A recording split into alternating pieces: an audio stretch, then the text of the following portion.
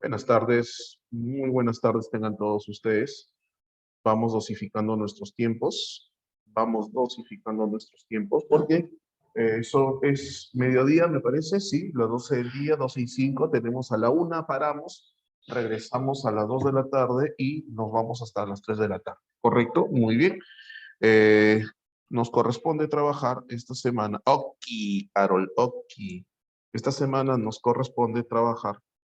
Ok, el periodo cosmológico, Bruno, esa ZS, ¿qué significa?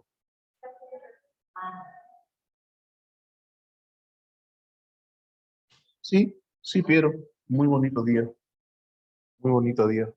Hola, Salet, ¿qué tal? ¿Cómo estás? Muy bien. Ajá, periodo cosmológico de la filosofía griega. Ese es el tema que nos reúne el día de hoy. Hola, hola, Alexander, hola, Priscila, ¿qué tal? ¿Cómo estás? ¿Qué tal? ¿Qué tal? ¿Qué tal?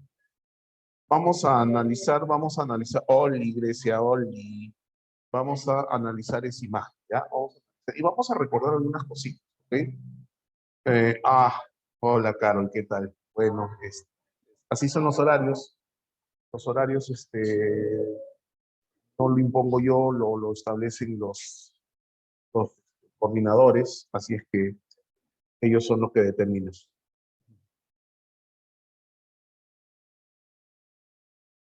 Listo, entonces empezamos, ¿te parece? Listo, entonces vamos a analizar lo siguiente, vamos a decir lo siguiente. A ver, ¿qué es de filosofía hasta ahorita?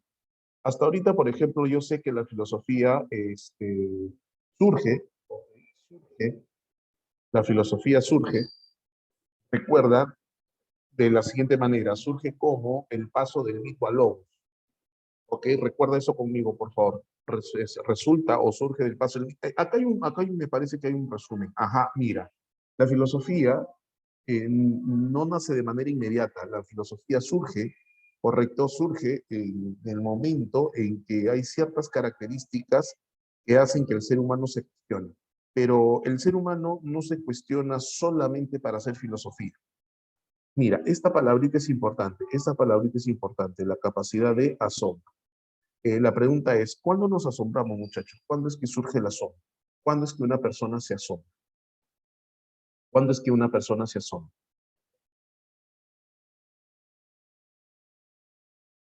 Cuando algo nos llama la atención, cuando estamos frente a algo desconocido.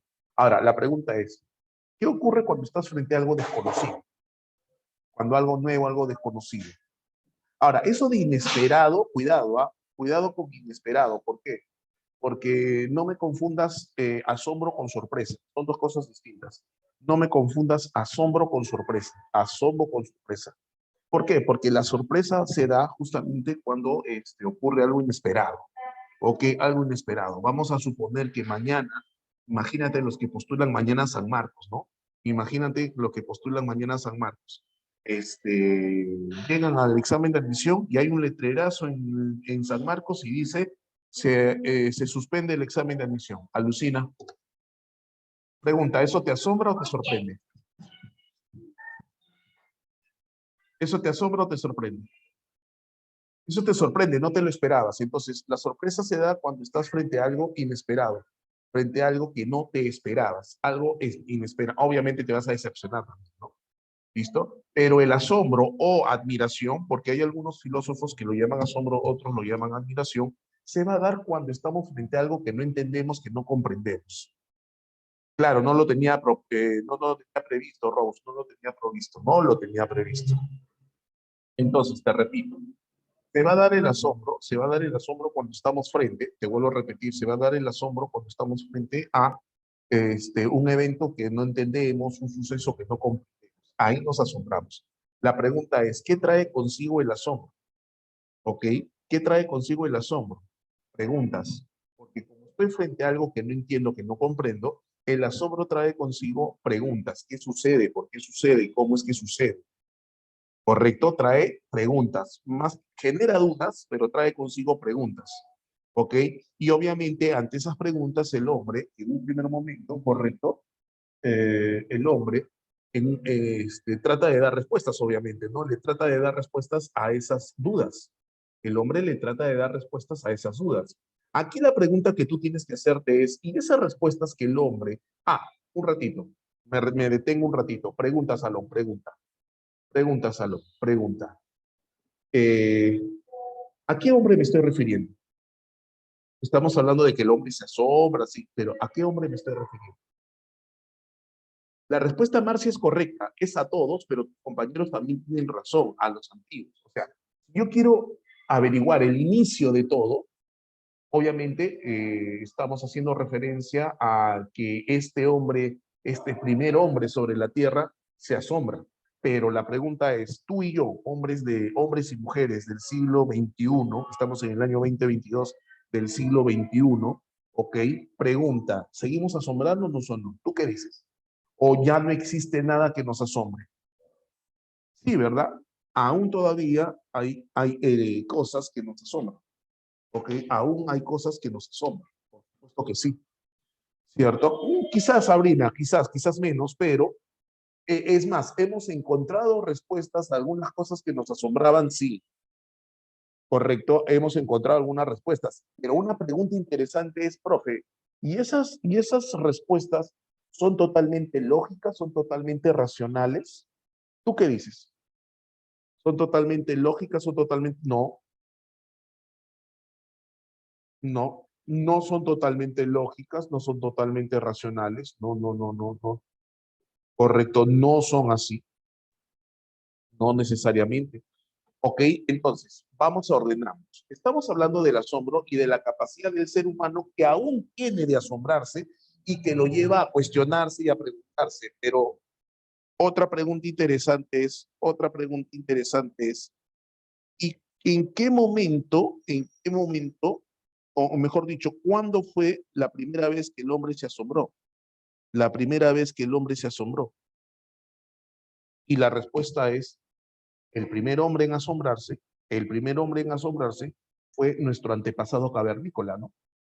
Nuestro antepasado cavernícola, correcto, nuestro antepasado que ya tenía la capacidad de pensar o tener conciencia, ok, de tener conciencia, él ya se asombraba ya. Ahora la pregunta es, ¿y qué le asombra? Pregunta, ¿a nosotros nos asombrará lo mismo que a él? La respuesta es no, porque nosotros ya hemos encontrado algunas respuestas a aquello que a nuestro antepasado le asombraba. Pero ¿qué le asombraba a nuestro antepasado? ¿Qué le llegaba a asombrar a nuestro antepasado? Y lo que le asombraba es básicamente los fenómenos naturales, lo que lo rodeaba, porque era lo inmediato, pues era lo que, o sea, él miraba alrededor y ¿qué encuentra? Naturaleza. Pero pregunta, ¿qué hay en la naturaleza? Tenemos la salida del sol, la puesta del sol, la salida de la luna, el eclipse de sol, el eclipse de luna, tenemos lluvia, tenemos tormenta, tenemos arcoíris, tenemos una serie de eventos, acontecimientos naturales que el hombre pregunta, ¿de ese hombre del que estamos hablando tiene respuestas lógicas, racionales, coherentes? No, no tiene ese tipo de respuestas, no las tiene, no las tiene. Pero pregunta, quiere encontrarlas o no, porque estamos hablando de un ser vivo, escúchame bien, porque estamos hablando de un ser vivo que tiene la capacidad de razonar, que tiene la capacidad de entender, no así los animales, porque pregunta, ¿los animales ven lo mismo que el hombre ve? El arco iris, la lluvia, todo eso, ¿sí o no? ¿Cómo que no? Sí lo ve. ¿Ven eso? Ven. Sí ven, el animal ve. El animal lo ve, pregunta, pero se pregunta, no, porque no tiene la capacidad de entendimiento, porque no logra, o sea, no tiene conciencia, no se da cuenta. El hombre sí se da cuenta. El hombre, o sea, ¿qué tenemos nosotros que no tienen los animales? Entre otras cosas, conciencia. Conciencia. Aparte de la razón, muchachos, la razón va a ser una consecuencia de la conciencia. La razón va a ser una consecuencia de la conciencia. ¿Y qué implica la conciencia, chicos? Darse cuenta. La conciencia es darse cuenta. Entonces me doy cuenta de que eso que está ahí, el ser humano, este primer ser humano, o que ese suceso, ese arco iris, esa lluvia, esa tormenta, me doy cuenta de algo. Yo, cavernícola, me doy cuenta de algo. Soy consciente de que ese fenómeno, yo no he sido responsable de ese fenómeno, yo. O sea, comienza a llover, claro, Tracy, de que yo no he sido quien produce ese fenómeno. El hombre es consciente de eso. Y obviamente, al ser consciente de eso, se pregunta, aguanta, si yo no soy el responsable de la lluvia, del eclipse, de la puesta del sol, de la salida del sol, si yo no soy responsable, ¿quién o qué o cómo? Porque soy consciente de que yo no. Claro, por supuesto, ¿cómo no, Alison? Ok, tú me dices. ¿Está bien ahí, Alison? ¿Ahí está bien?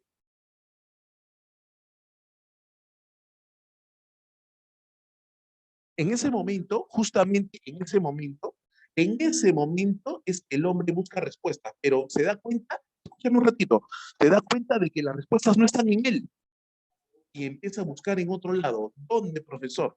Aparece entonces lo que se conoce como el pensamiento mágico religioso. Aparece lo que se conoce como el pensamiento mágico religioso y también el pensamiento mítico religioso. Y si te das cuenta, aparece la palabra religiosidad, que tiene que ver con deidad, obviamente. La palabra religiosidad que tiene que ver con deidad, ¿cierto? Listo. ¿Y por qué se caracteriza ese pensamiento mágico y mítico religioso? En líneas generales se caracteriza porque es un pensamiento irracional, que no tiene sentido lógico, que no tiene racionalidad, pero que trata de explicar lo que el hombre no puede explicar, lo que el hombre no puede entender y no puede comprender. Ahora, ¿qué sucede? Tú debes entender aquí, el hombre todavía no tiene desarrollada su capacidad científica, no la tiene desarrollada, no la tiene desarrollada. Él ve la lluvia, cómo suena el trueno, y lo que va a hacer es asustarse. Lo que va a hacer es asustarse y decir, caramba, ¿qué pasa? Y lo primero que se le va a venir, esto lo dicen los investigadores, especulan que lo primero que hizo el hombre es decir, alguien debe haber ahí arriba que hace posible todo esto, porque yo no soy. Hay cierta diferencia entre lo mágico y lo mítico religioso, pero en los libros tú vas a encontrar que de frente dicen mágico, mítico, religioso. Yo lo he separado para establecer ciertas diferencias. Por ejemplo, acá encontramos chamanes, hordas y tribus. Hordas y tribus, no habla de sociedad, sino habla de tribus. Es decir, las primeras formas de socialización del hombre, donde no hay clases sociales, donde vamos a encontrar la figura de un médico brujo o llamado chamán, que tiene contacto con ese ser al que el hombre recurre para poder explicar lo que él no puede explicar de manera racional. A ese ser le va a llamar Dios. Por ejemplo, ok, por ejemplo, te pido que me acompañes a ver este video, por favor. Me avisas si tienes audio. A ver, perdón.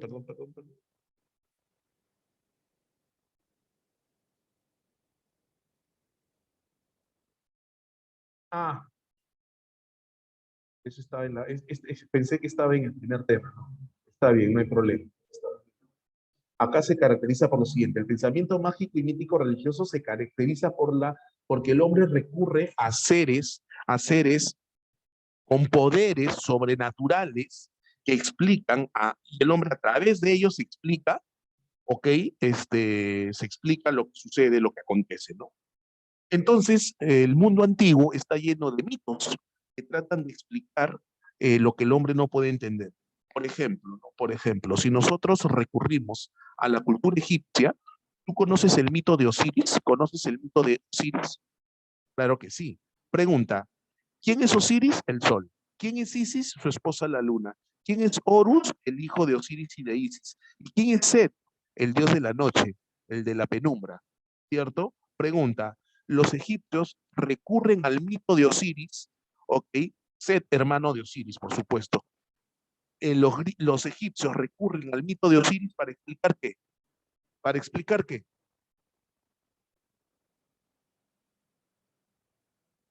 Para explicar qué. El fenómeno del día y de la noche. Pero ¿cómo lo explican? Por el movimiento de rotación y traslación de la Tierra. Lo explican por el movimiento de rotación, no lo explican por el movimiento.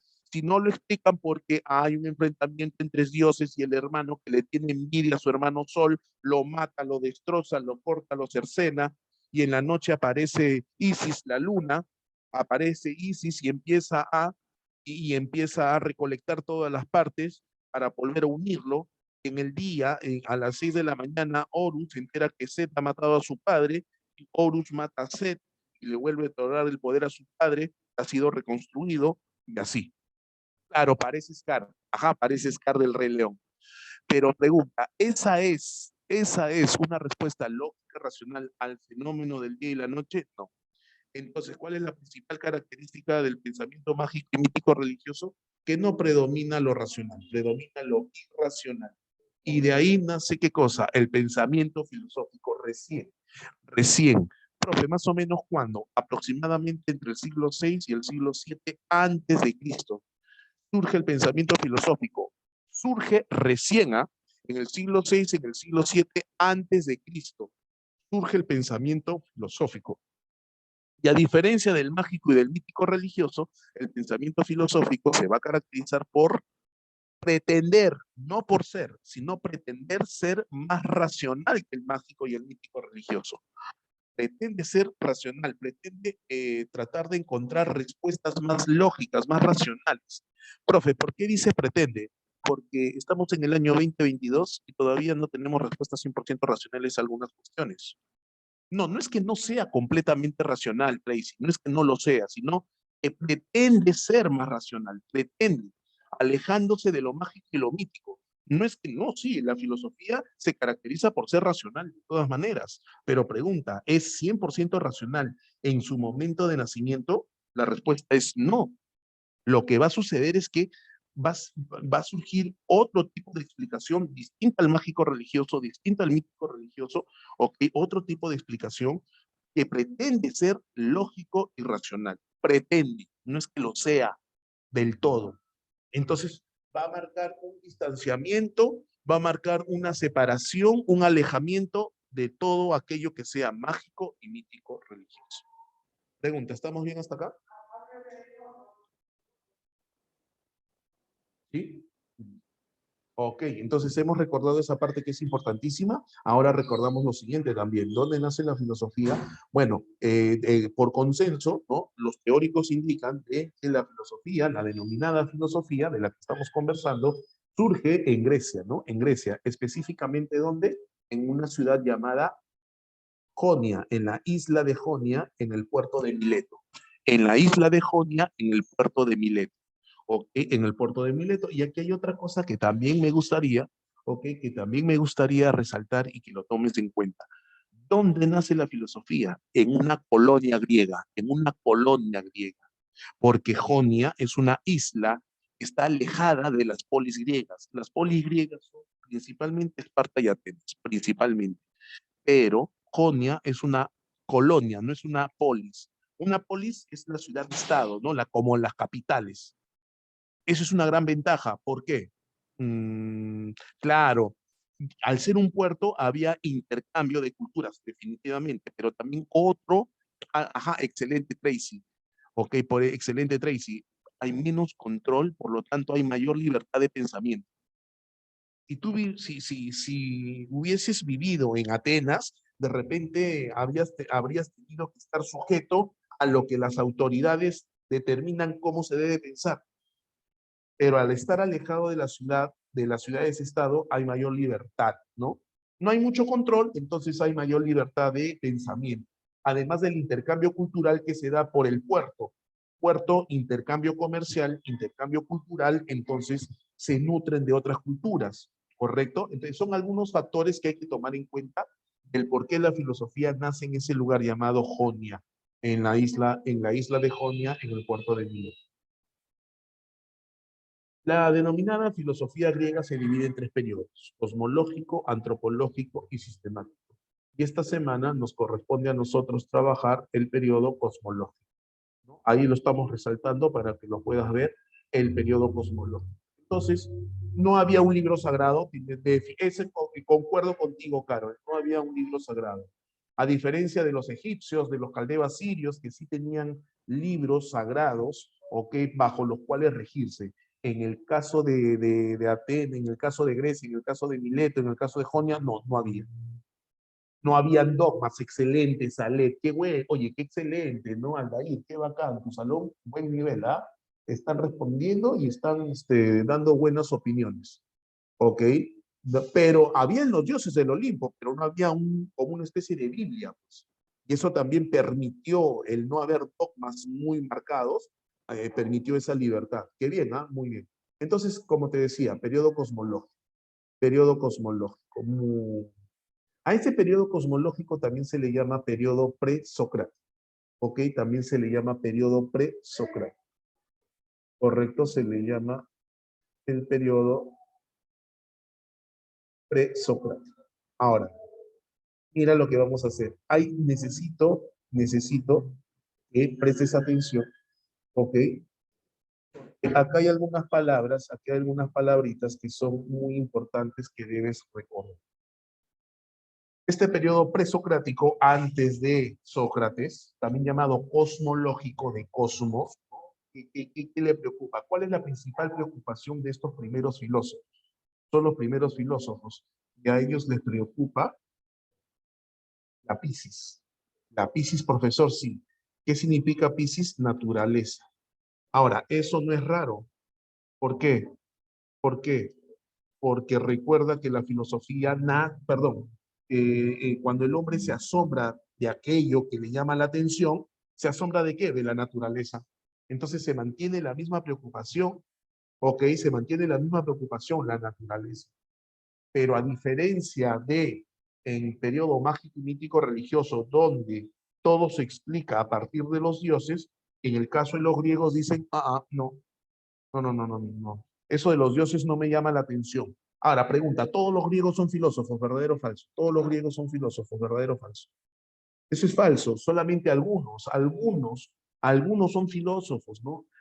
Y esos algunos son los que empiezan a poner en duda la existencia de los dioses, porque, por ejemplo, ¿no?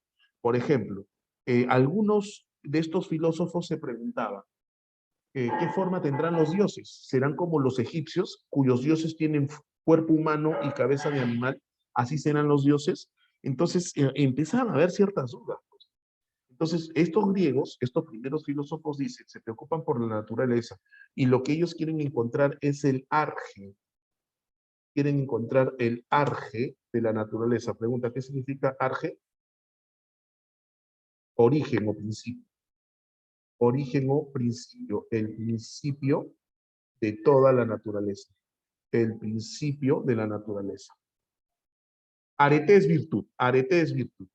Ok, listo, ¿no? Les preocupa el arge. Pregunta, ¿y dónde lo quieren? ¿Dónde dicen que está el arge? En la Piscis, en la naturaleza. ¿Por qué? Qué quieren encontrar ellos? Ellos quieren encontrar el cosmos. El cosmos, profesor, sí. El cosmos. ¿Qué es el cosmos? El cosmos significa universo. El principio del universo. El universo. Y ese universo está ordenado. Ese universo está ordenado. ¿Ok? Ordenado. Y ese orden nace a partir de la naturaleza. A estos filósofos se les va a llamar los naturalistas. Padrino mágico. ¿De qué me están escribiendo? A ver, ¿qué están escribiendo? Daniel, no entiendo a qué te refieres con... Bueno, lo dejo pasar. Te decía, la principal... Ah, Wandy Cosmo. Se le elagió, parece, se le elagió. Entonces, esas son palabras claves de este periodo cosmológico o presocrático. En líneas generales, los filósofos que son considerados en este periodo, ok, los filósofos que son considerados en este periodo, se van a preocupar por esto, ¿no? Por querer encontrar el principio de todo, el principio del universo, ok, ¿y dónde piensan encontrarlo? En la naturaleza, ok, en la naturaleza. La pregunta es, ¿y a quién encuentro en este periodo presocrático? Vamos a encontrar a los filósofos monistas, a los monistas. Pregunta, monista viene de mono. Prefijo mono, ¿qué significa mono? Uno, claro. Entonces es fácil, pues, ¿no? Estos filósofos, para ellos, el arge se encuentra ¿dónde? En un solo elemento de la naturaleza. Van a aparecer los pitagóricos, También los filósofos pluralistas. Ok, los pluralistas. Pluralistas, plural, ¿qué significa pluralista? Viene de plural, plural, plural, muchachos, plural. Varios elementos de la naturaleza, ¿cierto? Varios elementos de la naturaleza. Dentro de los monistas tenemos a la escuela de Mileto, a la escuela de Efeso y a la escuela de Elea. Dentro de los pluralistas tengo a la escuela atomista, a Anaxágoras y a Empédocle. Básicamente son los filósofos que tenemos que revisar nosotros la tarde del día de hoy, ¿cierto? ¿Alguna consulta hasta acá? ¿Alguna pregunta hasta acá, chicos?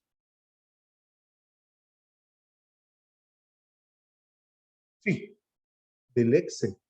A ver, Paula. Es la escuela pitagórica. La escuela pitagórica.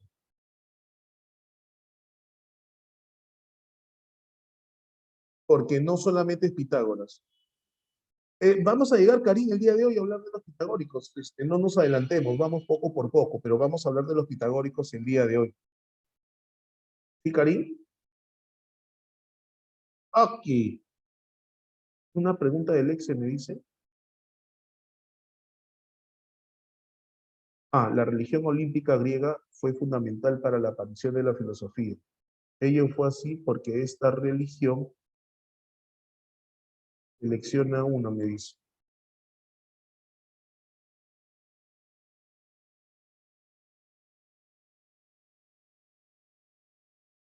Carecía de libro sagrado.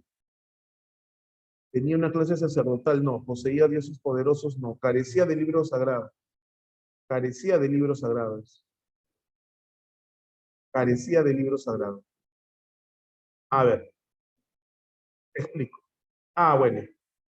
La pregunta hace referencia al hecho de que la religión tiene una característica. La religión, cualquier religión del mundo, tiene una característica.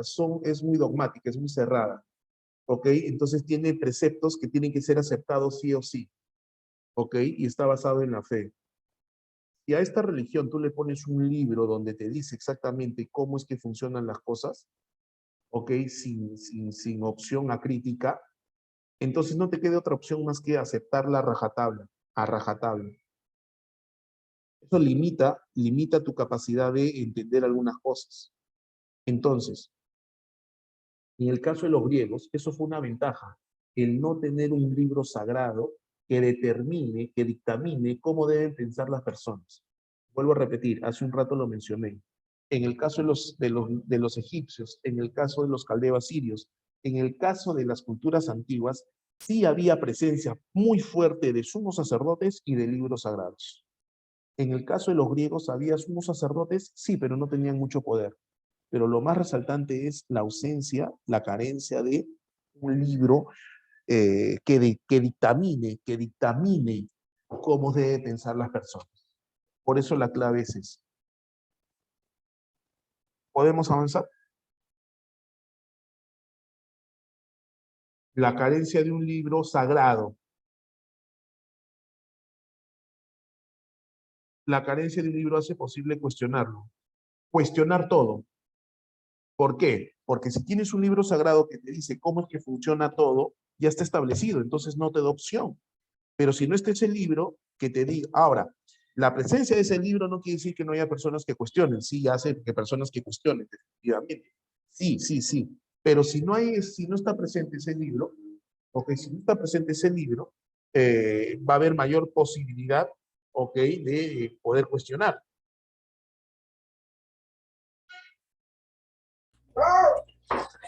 ¿No?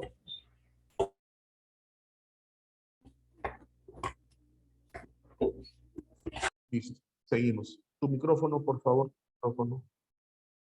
Vamos a borrar esto.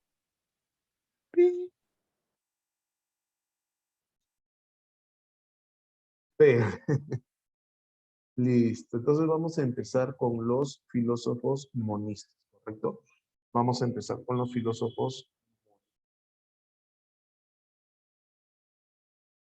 Ok.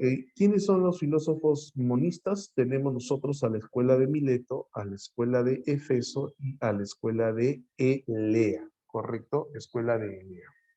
La primera de todas es la escuela de Mileto. Aquí vamos a encontrar nosotros a Anaxímenes, Anaximandro y a Tales. De los tres, ¿quién es considerado el primer filósofo de la historia? De los tres, ¿quién es considerado el primer filósofo? Claro, Tales de Mileto. ¿Te has preguntado por qué?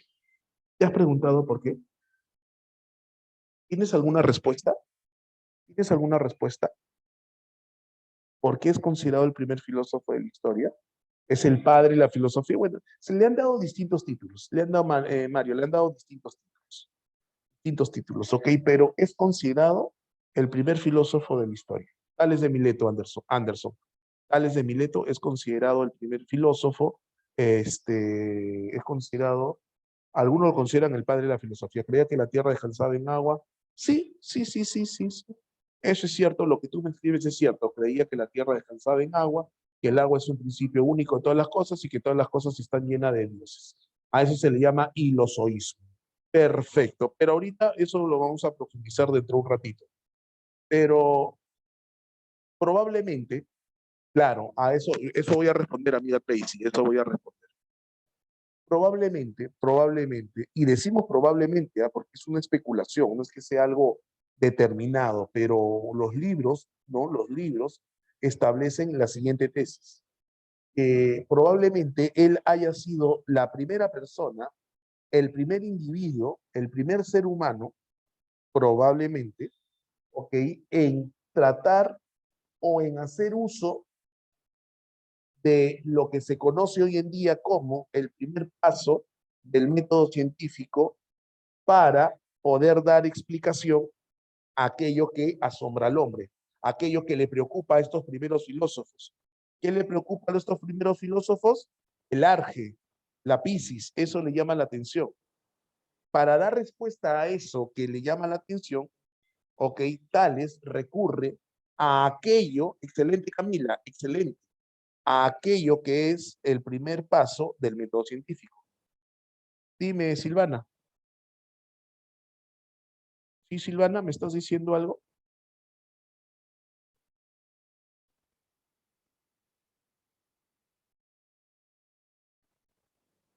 Piscis significa, Silvana, naturaleza. Piscis significa naturaleza. Piscis. P-H-Y-S-I-S. Piscis, naturaleza, Silvana. Ok, entonces continúo.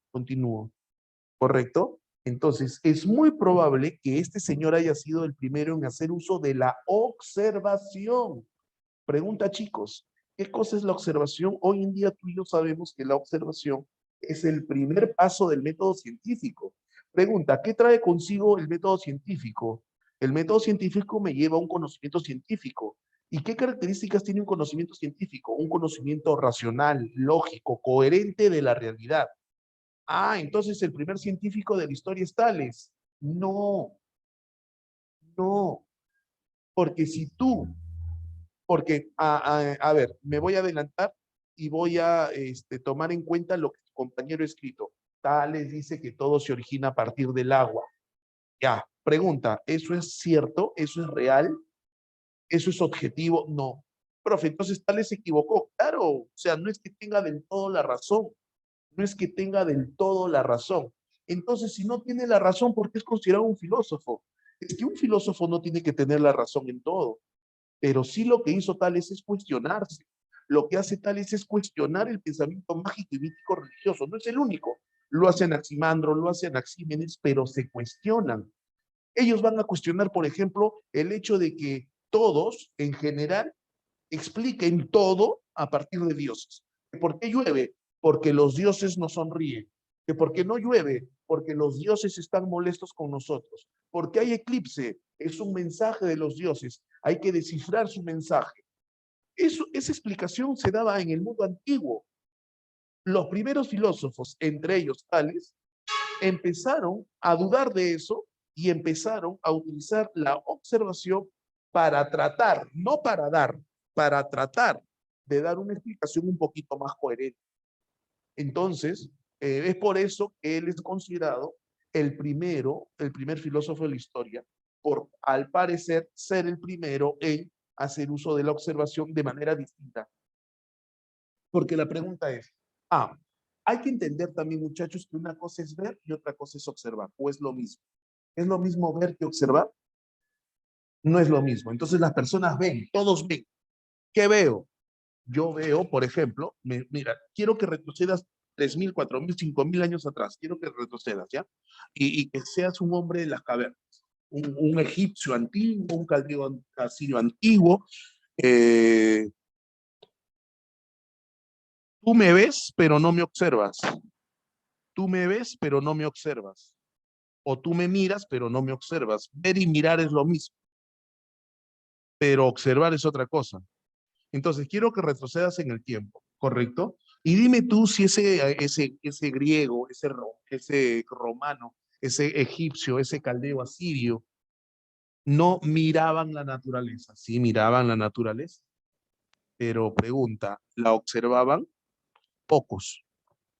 ¿Por qué? Porque la observación hace que, escúchame, la observación hace que tú te des cuenta, por ejemplo, que cuando hay muchas estrellas, es muy probable que al día siguiente haya mucho sol.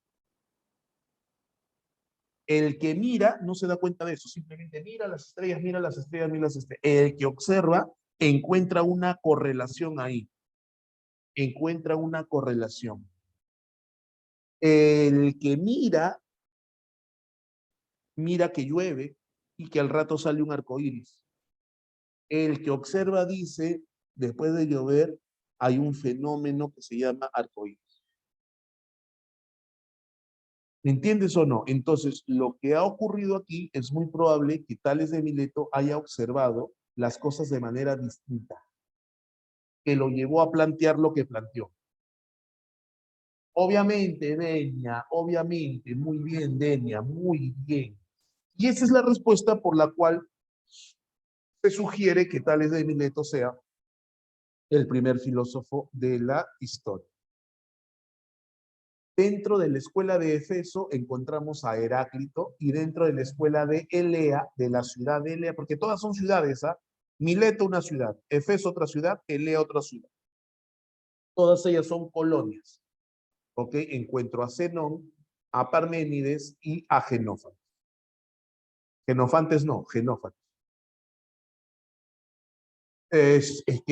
Claro, los libros nos dan muestra, y cuando me refiero a los libros, me refiero sobre todo a Aristóteles, que él es el que escribe acerca de estos primeros filósofos, ¿ok? Es al revisar los libros, nos damos cuenta justamente de que Tales empieza a tener una actitud distinta a la de los demás, esa actitud cuestionadora que es propia de la filosofía. ¿Me entiendes o no? Nosotros llegamos a conocer de estos primeros filósofos, ¿ok? Básicamente por Aristóteles, por los escritos de Aristóteles y algunos escritos que se lograron salvar. Recuerda tú que la biblioteca de Alejandría se quemó, entonces algunos libros se lograron rescatar, ¿ok? Entonces, sobre todo gracias a Aristóteles se llega a conocer a estos filósofos. Y a partir de ahí se analiza, se entiende, se deduce de que él es el primero. O sea, nadie le dio el título, nadie, sino que de la revisión teórica que se hace de los libros antiguos, los expertos han deducido, han concluido que este señor fue el primero en cuestionarse de una manera muy distinta en base a la observación que las otras personas. ¿Correcto? Pregunta, ¿se está entendiendo hasta acá? Entonces, vamos a ver algunas características de la naciente filosofía. Dicen que Homero, claro, sí, sí, sí, sí, sí, sí. Ahora, pero, ¿qué diferencia encuentras, Paula, entre Homero y Tales? Homero recurre a los dioses. Homero recurre a los dioses.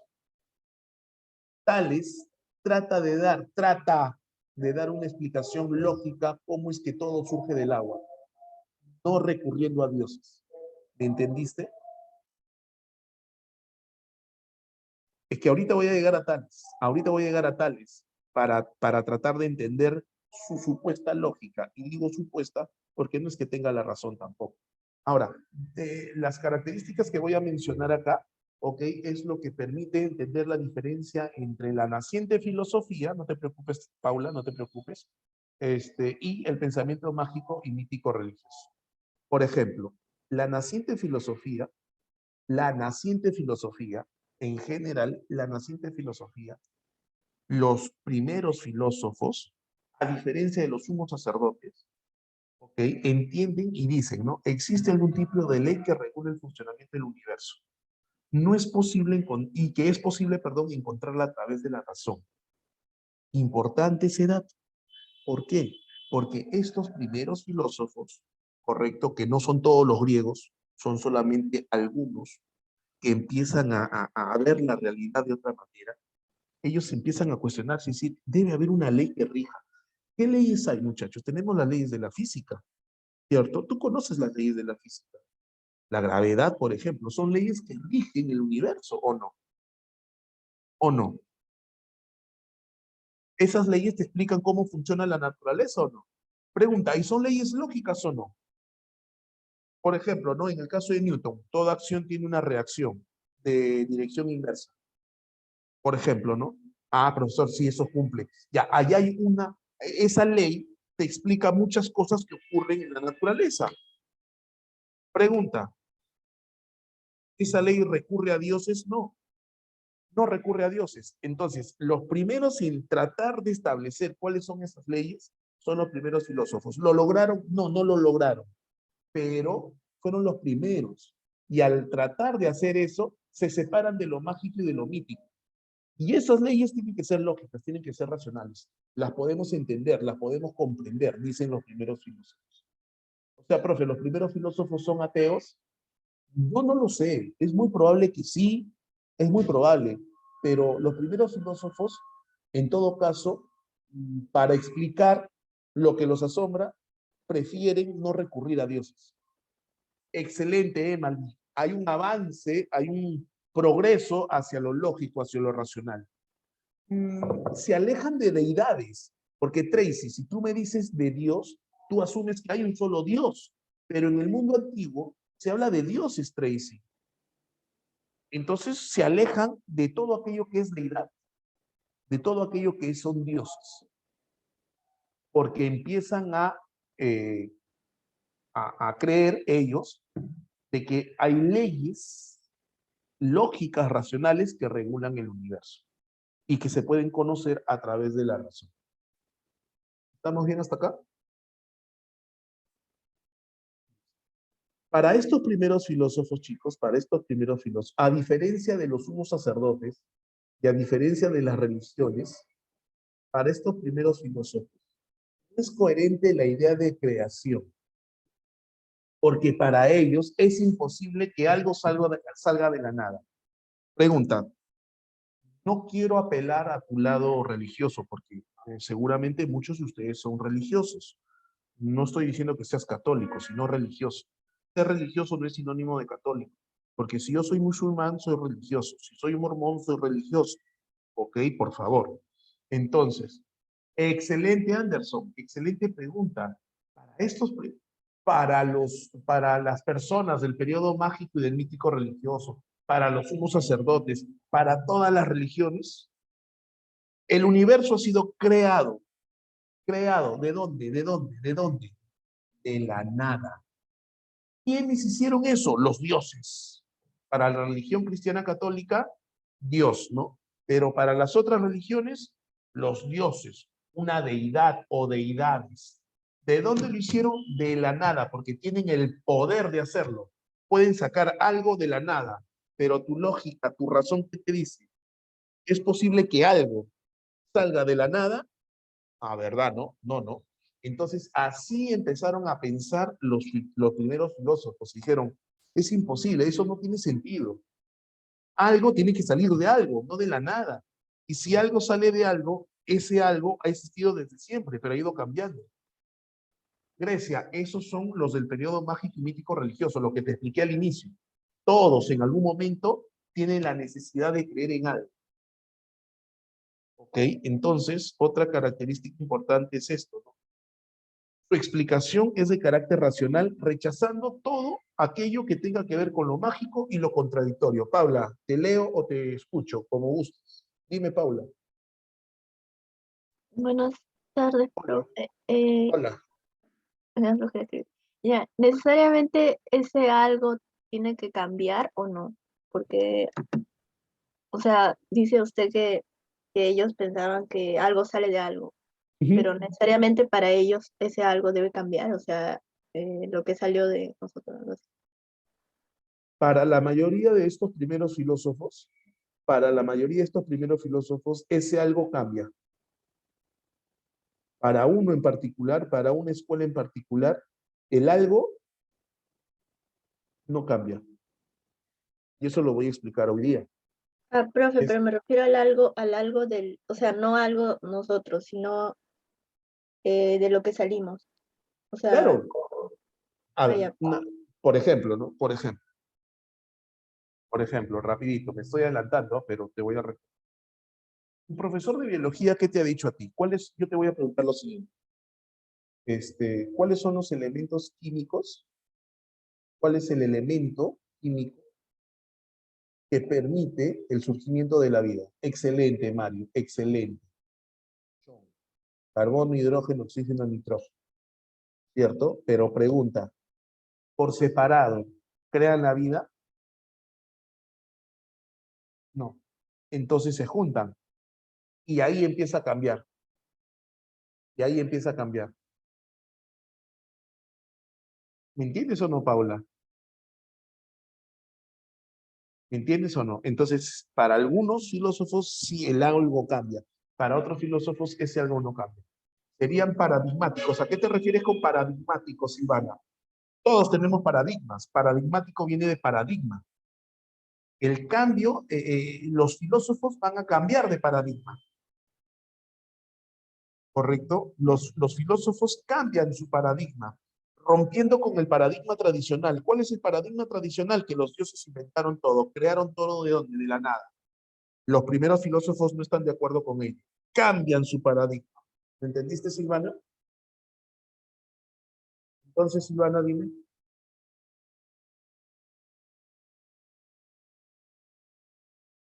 Claro, es que todos tienen paradigmas. Todos. Un paradigma es una forma de pensar. Ese es un paradigma. En el caso de los filósofos, como te digo, rompen el paradigma tradicional hasta ese momento. ¿Cuál es el paradigma tradicional hasta ese momento? Pensar que los dioses crean todo de la nada. Los primeros filósofos rompen con ese paradigma. Entonces nosotros tenemos aquí a los filósofos de la escuela de Mileto. Es que no solamente es la Biblia, Leslie, no solamente es la Biblia, sino todo un libro que para tal cultura o tal religión represente algo sagrado. Para los cristianos católicos sería la Biblia. Pero, por ejemplo, o sea, no estoy seguro de lo que voy a decir, pero, por ejemplo, siguiendo esta película La Momia, estaba el libro de Amon-Ra. Y el libro de Amon-Ra era un libro sagrado en el caso de los egipcios, pues, ¿no? Pero en un libro. Es que justamente por eso digo, si no sé si en el caso de ese ejemplo está mejor, Dulce, muchas gracias. El Corán para los musulmanes, por ejemplo, ese sería su libro sagrado. O sea, no solamente estamos hablando de la Biblia, no te enmarques solamente, tengo la ligera sospecha de que algunos de ustedes piensan que la única religión que existe es la cristiana católica. No, no es ni la primera ni la única. No es ni la primera ni la única. ¿Ok? Entonces, cuando hablamos del libro... eso sí, Leslie, estoy de acuerdo contigo. Es que sí, pues ese es el tema. No es la única religión, o sea, hay distintas religiones. Que la religión en el Perú, la tradicional o la que predomina es la católica, es otra cosa. Es otra cosa. Pero ¿dónde dejas a los musulmanes? ¿Dónde dejas a los mormones? ¿Dónde dejas a los, ¿cómo se llama esta cultura? A los anglicanos, a los luteranos, a los calvinistas.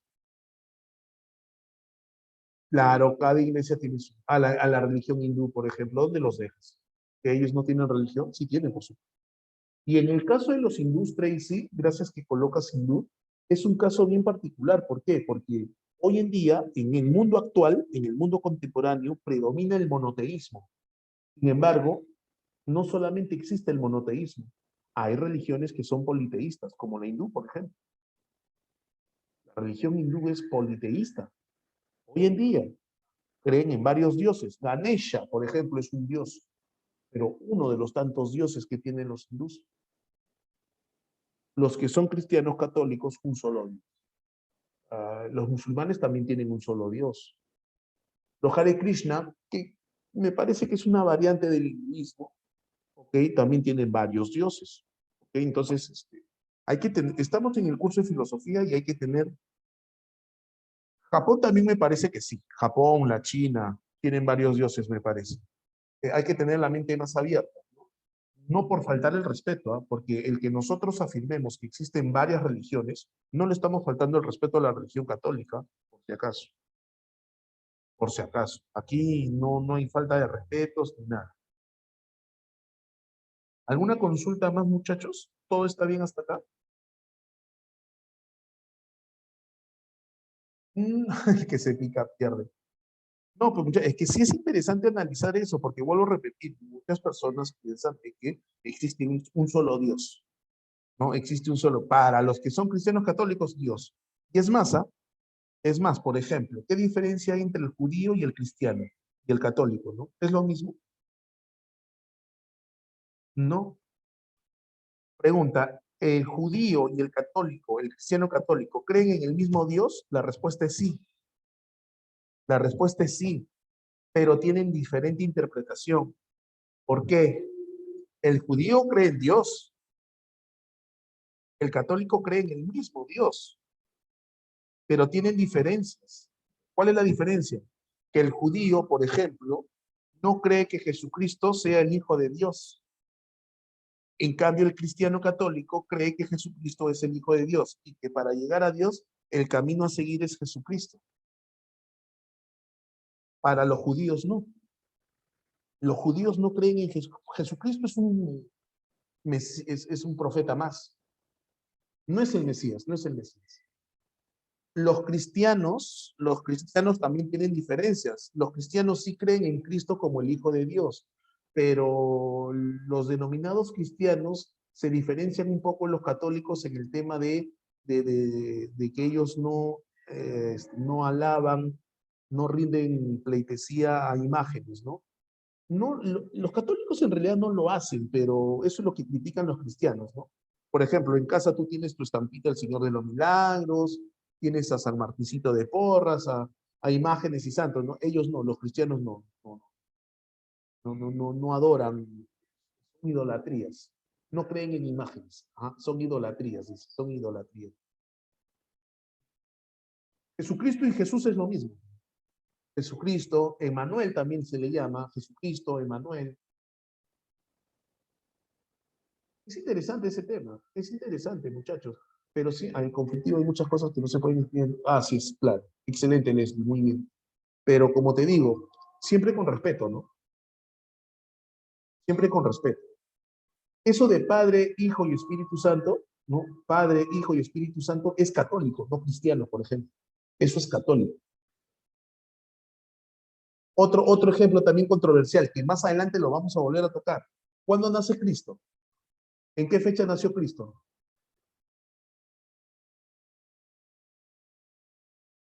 Pregunta, ¿no nació el 25 de diciembre? Oye, pero tú no celebras Navidad. ¿En Navidad qué celebras? ¿Tú celebras Navidad en abril? En Navidad se celebra el nacimiento de Jesucristo. La pregunta es, ¿nació el 25 de diciembre? No, no. Esa fecha es un acuerdo. Esa fecha se llegó por consenso.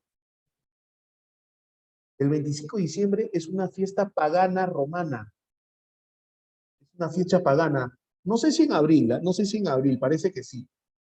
Pero se aprovechó la fiesta pagana. Uy, paganos, escúchenme, paganos. Nos dio la 1 de la tarde. Ustedes decidieron, habló el pueblo. ¿Qué dijo el pueblo? El Richie. El Richie. Ok, nos separamos, muchachos, 1 horita y regresamos para completar el curso. No vidrios, ahí nos vemos. Muy bien, chicos, nos vemos entre 1 hora, vayan a almorzar tranquilos, muy bien, excelente.